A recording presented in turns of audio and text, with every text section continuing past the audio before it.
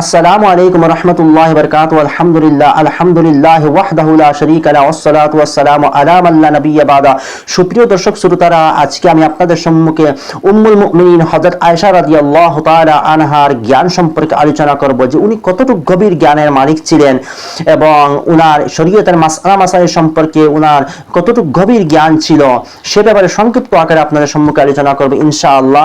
দেখেন, হযরত আয়েশা রাদিয়াল্লাহু তাআলা আনহা রাসূল করিম সাল্লাল্লাহু আলাইহি ওয়াসাল্লামের দ্বিতীয় স্ত্রী ছিলেন, কেউ বলেছেন আবার তৃতীয় স্ত্রী। যাই হোক, হযরত আবু বকর সিদ্দিক রাদিয়াল্লাহু তাআলা আনহুর কন্যা ছিলেন।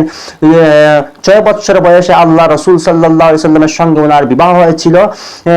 9 বছর বয়সে রাসূল করিম সাল্লাল্লাহু আলাইহি ওয়াসাল্লামের সংসারে এসেছিলেন এবং উনার বয়স যখন 18 বছর হয়েছিল তখন আল্লাহ রাসূল সাল্লাল্লাহু আলাইহি ওয়াসাল্লাম ইন্তেকাল করেছেন। আল্লাহর নবী করিম সাল্লাল্লাহু আলাইহি ওয়াসাল্লাম ইন্তেকাল করেছেন। উনি 9 বছর নবী করিম সাল্লাল্লাহু আলাইহি ওয়াসাল্লামের সঙ্গে ছিলেন। এই 9 বছরে উনি যা জ্ঞান অর্জন করেছেন তা অতুলনীয়। এবার যেমন আল্লাহ রাসূল সাল্লাল্লাহু আলাইহি ওয়াসাল্লামের ইন্তেকালের পরে 47 বছর পর্যন্ত নবী করিম সাল্লাল্লাহু আলাইহি ওয়াসাল্লামের সাহাবায়ে কিরাম কোরআন, হাদিস এবং ফিকহ এবং দ্বীনের অনেক মাসলা মাসাইলের জ্ঞান হযরত আয়েশা রাদিয়াল্লাহু তাআলা আনহার কাছ থেকে পর্দার আড়ালে বসে বসে নিতেন। বড় বড় সাহাবীদের মধ্যে ছিলেন হযরত আবু বকর সিদ্দিক রাদিয়াল্লাহু তাআলা আনহু, হযরত উমর রাদিয়াল্লাহু তাআলা আনহু, হযরত উসমান রাদিয়াল্লাহু তাআলা আনহু। এইরকম অনেক বড় বড় সাহাবায়ে কিরাম ছিলেন যারা দ্বীনি মাসআলার মধ্যে কোনো একটি জায়গায় আটকে গেলেন, সেই মাসআলার সমাধান হযরত আয়েশা রাদিয়াল্লাহু তাআলা আনহার কাছ থেকে নিতেন। তাহলে দেখেন, এত বড় বড় সাহাবায়ে কিরাম যে কোনো মাসআলার মধ্যে আটকে গেলেন হযরত আয়েশার কাছ থেকে নিতেন, তাহলে ওনার জ্ঞান কতটুকু ছিল তা কল্পনার অতীত। অনেক উলামা ইকরামগণ বলেছেন যে সমস্ত পৃথিবীর পুরুষদের জ্ঞান এবং আজওয়াজে মুতাহহারাত অর্থাৎ রাসূল করিম সাল্লাল্লাহু আলাইহি সাল্লামের বাকি স্ত্রীদের জ্ঞান যদি এক পাল্লায় রাখা হয় এবং হযরত আয়েশা রাদিয়াল্লাহু তাআলা আনহার জ্ঞান যদি এক পাল্লায় রাখা হয় তাহলে উনার পাল্লাটা ভারী হয়ে যাবে।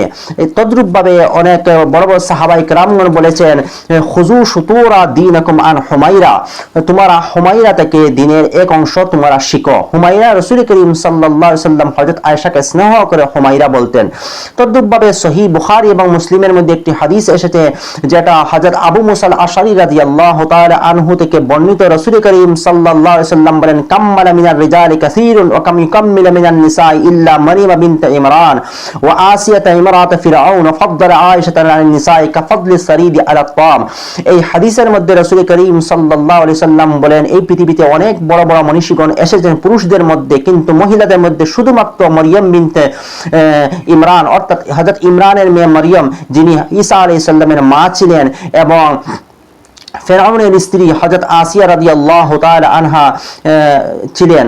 কিন্তু হযরত আয়েশা রাদিয়াল্লাহু তাআলা আনহার মর্যাদা এই সমস্ত জ্ঞানী গুণী মহিলাদের মধ্যে সবচেয়ে বেশি, উনার মর্যাদা সবচেয়ে বেশি। আল্লাহর নবী করিম সাল্লাল্লাহু আলাইহি সাল্লাম উদাহরণ দিয়ে বলেন, কাফদলি সারিদ আলা সাইর তাম, যেমন ভাবে সারিদ খাবারটা সমস্ত খাবারের মধ্যে মর্যাদা রাখে। সারিদ হচ্ছে আরবীয় একটা খাবার, যেটা আরবীদের মধ্যে যত খাবার রয়েছে উনাদের সমস্ত খাবারের মধ্যে এই খাবারটা সবচেয়ে বেশি মর্যাদা রাখে। আল্লাহ রাসূল সেই খাবারের সঙ্গে খাবারের উপমা দিয়ে বলেন, যেভাবে সারিদের মর্যাদা সমস্ত খাবারের উপর রয়েছে, তদ্রূপভাবে যত জ্ঞানী গুণী মহিলা রয়েছেন সমস্ত জ্ঞানী গুণী মহিলাদের মধ্যে হযরত আয়েশার মর্যাদা সবচেয়ে বেশি। তদ্রূপভাবে হযরত আবু মুসা আল-আশআরী রাদিয়াল্লাহু তাআলা আনহু একজন সাহাবী ছিলেন। উনি বলেন, মা আশকাল আলাইনা আসহাব মুহাম্মাদিন সাল্লাল্লাহু আলাইহি সাল্লাম হাদিসুন কাত্তুন ফাসআলনা আয়েশা ইল্লা ওয়াজাদনা ইনদাহা মিনহু ইলমা। উনি বলেন, আমার রাসূল করিম সাল্লাল্লাহু আলাইহি সাল্লামের সাহাবীদের মধ্যে কোন সাহাবী যখন কোন একটি হাদিসের ব্যাপারে বা শরীয়তের যে কোনো মাসলার ব্যাপারে হযরত আয়েশার কাছে প্রশ্ন করতেন, তাহলে এমন কোনোদিন হয় নাই যে উনার কাছ থেকে উত্তর পাই নাই। অর্থাৎ যে সময় যে শরীয়তের মাসলা মাসাইল নিয়ে উনার কাছে যেতাম, সব সময় উনার কাছ থেকে সেই মাসআলার সমাধান আমরা পেতাম। দেখেন, হযরত আবু মুসা আল-আশআরী একজন জলিলুল কদর, একজন বড় ধরনের সাহাবী হয়ে হযরত আয়েশা রাদিয়াল্লাহু তাআলা আনহার কাছ থেকে জ্ঞান অর্জন করতেন। তদ্রূপভাবে হযরত আতা ইবনে রিয়াহ রাহমাতুল্লাহ আলাইহি, উনি একজন বড় ধরনের আলিম ছিলেন। উনি বলেন, হযরত আয়েশা রাদিয়াল্লাহু তাআলা আনহা ইলমে ফিকহের মধ্যে উনার জ্ঞান অধিক ছিল। ইলমে ফিকহের মধ্যে অর্থাৎ ফিকহ শাস্ত্রের মধ্যে উনার জ্ঞান খুব বেশি ছিল এবং আওয়ামদের মধ্যে সবচেয়ে ভালো বিচার রাখতেন হযরত আয়েশা রাদিয়াল্লাহু তাআলা আনহা। তদ্রূপভাবে হযরত আব্দুর রহমান ইবনে আউফ রাদিয়াল্লাহু তাআলা আনহার ছেলে হযরত আবু সালামা রাহমাতুল্লাহ আলাইহি, উনি নিজে একজন বড় আলিম ছিলেন। উনি হযরত আয়েশা রাদিয়াল্লাহু তাআলা আনহা সম্পর্কে বলেন যে আমি রাসূল করিম সাল্লাল্লাহু আলাইহি সাল্লামের সুন্নতের ব্যাপারে এত বেশি বিজ্ঞ কেউ আমি দেখি নাই যেমন ভাবে হযরত আয়েশা রাদিয়াল্লাহু তাআলা আনহাকে দেখেছি।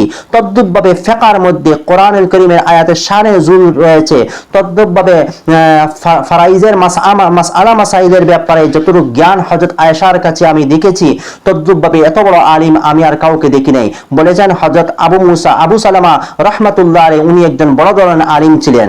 হযরত জুবাইর রাদিয়াল্লাহু তাআলা আনহুর ছেলে ছিলেন যিনি ফকিহ ছিলেন, অর্থাৎ ইলমে ফিকহ যেটা রয়েছে সেই ফিকহের উপরে উনি বড় ধরনের একজন আলিম ছিলেন হযরত উরওয়া রাহমাতুল্লাহ আলাইহি।